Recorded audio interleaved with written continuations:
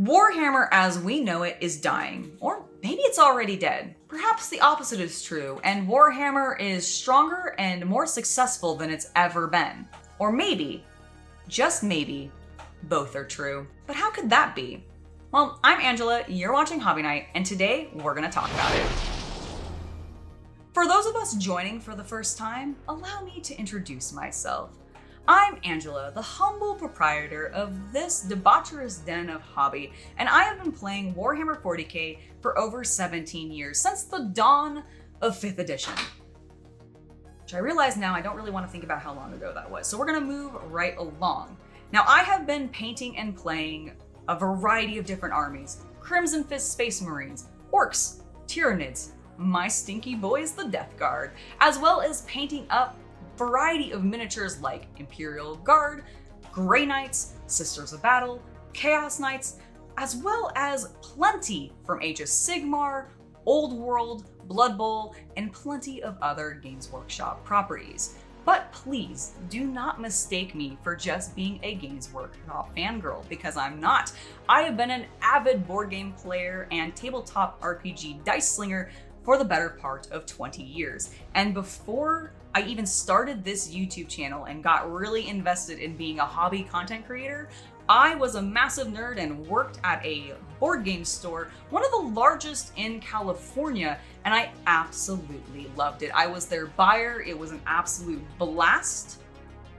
I loved working there, like genuinely being able to go into work every day and talk with not only my coworkers, but everybody who walked into that store to browse, play, or shop about Warhammer, D&D, RPGs, board games, other just random nerdy stuff. It was spectacular. Like, I absolutely loved it. One of the best jobs that I ever had. But when COVID lockdown hit in 2020, I started to miss all that. Sure, getting infinite time to paint miniatures was great, but I really wanted to share that with the world, with other people. I love sharing art with people, and I love seeing other people's art. So I set out to do that, and I distracted myself by creating a YouTube channel, one specifically focused on hobby and Warhammer content creation. However, it certainly isn't 2020 anymore, and hell, YouTube is hardly recognizable as the same creator landscape as it was even just 12 months ago. Things have really changed. So I want to talk about what I've witnessed in the YouTube Warhammer community over these past few years and where I think it's going in its future. But first, we have to talk about what's going on in YouTube in general. YouTube has taken over as the #1 media streaming service in the Western world, in no small part accelerated by the COVID lockdown 5 years ago and the explosion of user-generated content coming from other sources like TikTok, Twitch, and Kick, which gets collected and shared as VODs or highlight reels on the platform. This market dominance has attracted a huge number of new content creators and channels across every hobby category on YouTube, not just Warhammer. And while Google has successfully continued to find new viewers for YouTube, the ratio of creators to users is shrinking every year. That has meant older channels who saw massive success during the past decade have had to up their game or lose viewership to newer, more dynamic channels vying for your time. Now, I'm not saying competition is bad or increasing production value is something I'm against. Absolutely not. But it might give you some insight as to why channels that were doing arguably really well 5 years ago might be struggling now. And that struggle for Warhammer YouTube creators has been further enhanced by seemingly the natural segregation of Warhammer content into what I identify as 3 subcategories: battle reports, lore, and hobby. It has been my experience that almost all Warhammer videos fit pretty neatly into these 3 buckets. And I believe YouTube may be categorizing and therefore surfacing these videos in the very same way. I believe most Warhammer YouTube fans spend most of their time watching maybe 1 or 2 of these 3 categories, but rarely all 3 in equal measure. Most battle reports focus 99% of their runtime on tactics and rules, with what lore is discussed normally relevant to the player's own narrative only. And lore videos rarely bring up anything hobby related beyond maybe the color palette of the different armies. And hobby-focused videos may touch on lore inspirations for aesthetic elements, but rules and mechanics are rarely relevant. This categorization has seemingly been picked up by the great YouTube algorithm! Praise be!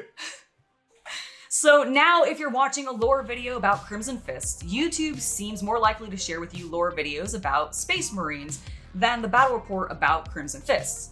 And I am talking from anecdotal experience. But who hasn't seen their YouTube recommendations suddenly transform because you watched one singular how-to video on how to make pasta and now your entire feed is nothing but Food Network Italian recipes? Like, that happens way more than we admit. What this has meant is the more homogenous market for Warhammer channels years ago has become much, much more specialized. Unless you're Flash Kids. Then Space King pretty much appeals to everybody. This specialization has resulted in some spectacular channels and even new Kickstarter tools and games. However, there is also a lot of risk that comes with this specialization, and the majority of the risk is to Warhammer itself. The first risk to Warhammer and Warhammer YouTube is not a new one or even unique to Warhammer. It's burnout. And no, I'm not just talking about YouTuber content creation burnout, although that is a very real thing. I'm talking more about the intellectual property burnout. Like when you get sick of seeing an IP in a store, or you get sick of hearing about the same character going through the same character beats over and over and over again. Ignore this random picture of a Marvel character that I put up. And while Warhammer 40k is still on the uptick of popularity in public consciousness due to the widely successful video game releases in the past 2 years, the hype around those games is going to die down as we go into 2026 and beyond. The glacial pace of Warhammer's narrative is not conducive for holding a mass market attention for very long. Yes, the setting is badass. Yes, the characters are extremely cool. But what happens next? Just more fighting basically, and that's not gonna keep mass market appeal forever. However, I don't think Burnout is the biggest threat to Warhammer and Warhammer YouTube. That would be Games Workshop itself.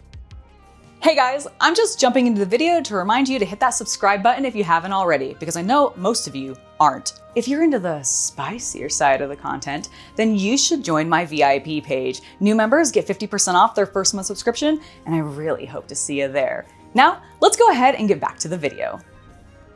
I'm going to go ahead and preface this next section by letting it be known that I am already on Games Workshop's blacklist. So if you think I'm gonna get on their bad side, whoops, looks like I already am.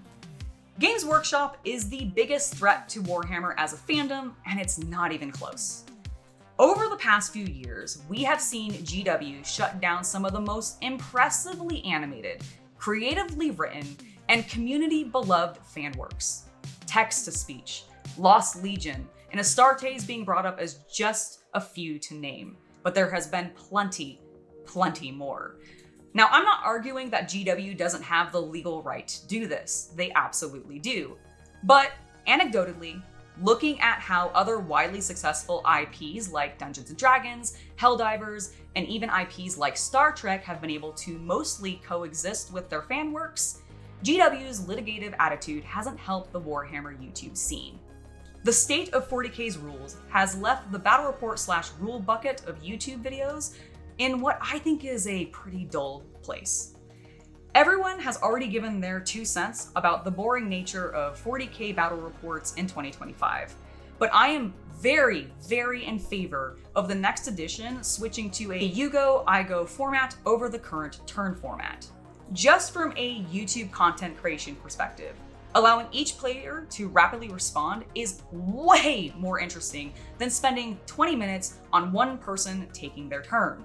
So if GW could just make this one change, I think it would be a game changer for battle report content creation. Speaking of change, the last major challenge Warhammer faces from Games Workshop is that they're too big. And no, I don't mean they're too big to fail. Obviously not. They absolutely can fail. No, I mean they are too big to make decisions quickly and creatively. Take the recent Custodes gender controversy. I'm not going to go into the details of the controversy, but following the lore update that triggered the community reaction, I have to assume that Games Workshop has put further steps before approving new lore going forward. New steps means more people have to review and sign off on things, more people means more meetings, and more meetings means more wasted time, which means that things get delayed and don't come out. And the next thing you know, updating that Eldari Warp Spider model has taken 35 years because Joe in product won't approve the copy for the marketing sheet going to the social media team, who have to meet with the executives in a meeting next week. That's just how it's going to happen.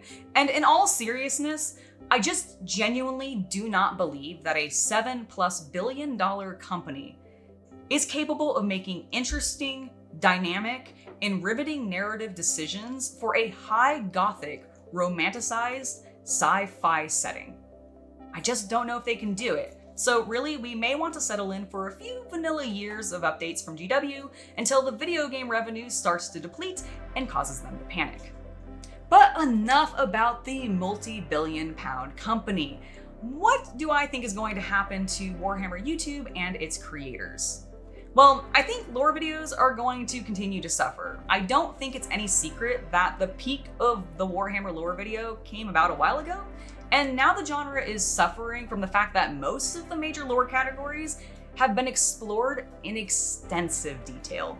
Interested in Space Marines? Cool. There are now thousands of different lore videos detailing every single chapter you could possibly want to know about, the characters within them, and the lores about that chapter. Hell, you can find lore breakdowns of specific models of bolters made on specific worlds and how they differ from other planets. And that's not even considering AI and what that can make happen with voiceovers. So outside of when GW themselves drops a lore update, or maybe like adds a new faction or something like that, I'm really pessimistic on how lore channels will continue to perform on YouTube. And finally, there's the hobby category, which admittedly I'm a little bit biased towards. But let me be honest with you, the hobby category on YouTube has not been thriving or really even seemingly growing over the last couple of years. You can find videos on almost every channel that is dependent on YouTube ad revenue talking about this right now. Now, I have been fortunate enough that most of my revenue actually comes directly from you guys, the fans, and not from YouTube ad revenue. So I want to pause real quick and say genuinely, thank you so much for the support, because I've been really privileged. I've been able to do this and make videos on pretty much whatever I want without having to worry about YouTube ad revenue or the algorithm because of your guys' support. So genuinely, thank you, thank you, thank you for all of the support you give me and my channel. It really means the world to us. Now, I do still want to use YouTube to get my name out there. That is kind of my ad platform, this channel and everything. So I am still sensitive to the changes in the market. So I want to talk about specifically what Hobby Night is going to be doing going forward so that we can make our channel continue to be relevant and keep producing content for you. And I have some fun ideas. In fact, this fall, something that a lot of you have been waiting for a long time from me, something that goes back to my origins on this channel with my first Death Guard army.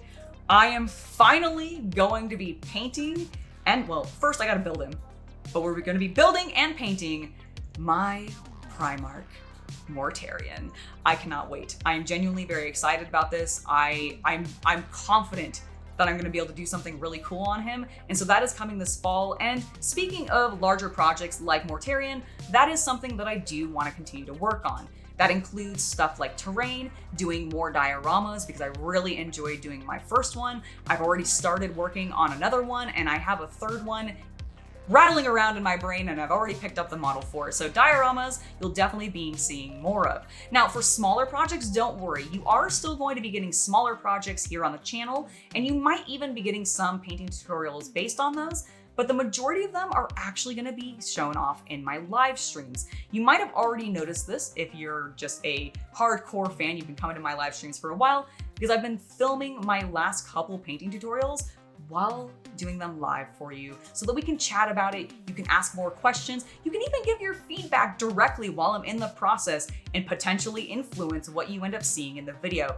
I just think that's really cool. I love the interactivity of it. So it's something that I really want to focus on, and you'll definitely be seeing more hobby live streams from me on Hobby Night going forward. We also want to do more collabs on the channel. I'd love to have Yaz with her Tyranids come on more and keep working on those, because I loved having her on last time. And I am slowly convincing Shay to potentially maybe start an army, at least start painting one, because I really enjoyed showing her how to paint, encouraging somebody who's never done miniature painting before to get into the hobby, because genuinely, that is why I started this channel. Outside of wanting to just share things with everybody, I started it because I wanted to get more people into painting. I think it's so cool. I think it's so expressive. I love people sharing art with the world and creating art. And so that is what I want to do. And I've been slowly getting Shay more into it. So expect to see her hopefully more on the channel as well. And if there's other people you'd like to see me collab with, maybe play board games more with Adam, etc., let me know down in the comments below, because I am absolutely open to that. I'd love to do more collabs, whether they be in person or purely digital. Honestly, that's the main things that I'm really focusing on going forward in like the immediate future. I'm sure I will give you further updates going forward, but you can expect bigger projects, more dioramas, and the small projects are all going to be hanging out in live stream territory where you can jump in whenever you want and check out what I'm doing. So I really hope that you have enjoyed this. This has been my high-level thoughts on the current state of Warhammer and Warhammer YouTube and where it might be going, what might be happening to it. There's a lot of topics and nuances that I didn't discuss in this video because I didn't want to get lost in the weeds of everything.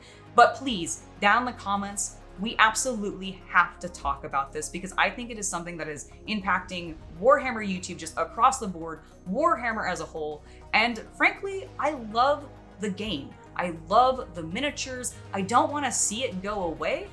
And I don't want to see it just like completely fall off either. So I'd love to get your ideas down below on what can Games Workshop do to maybe save Warhammer and stop doing all this weird stuff to it.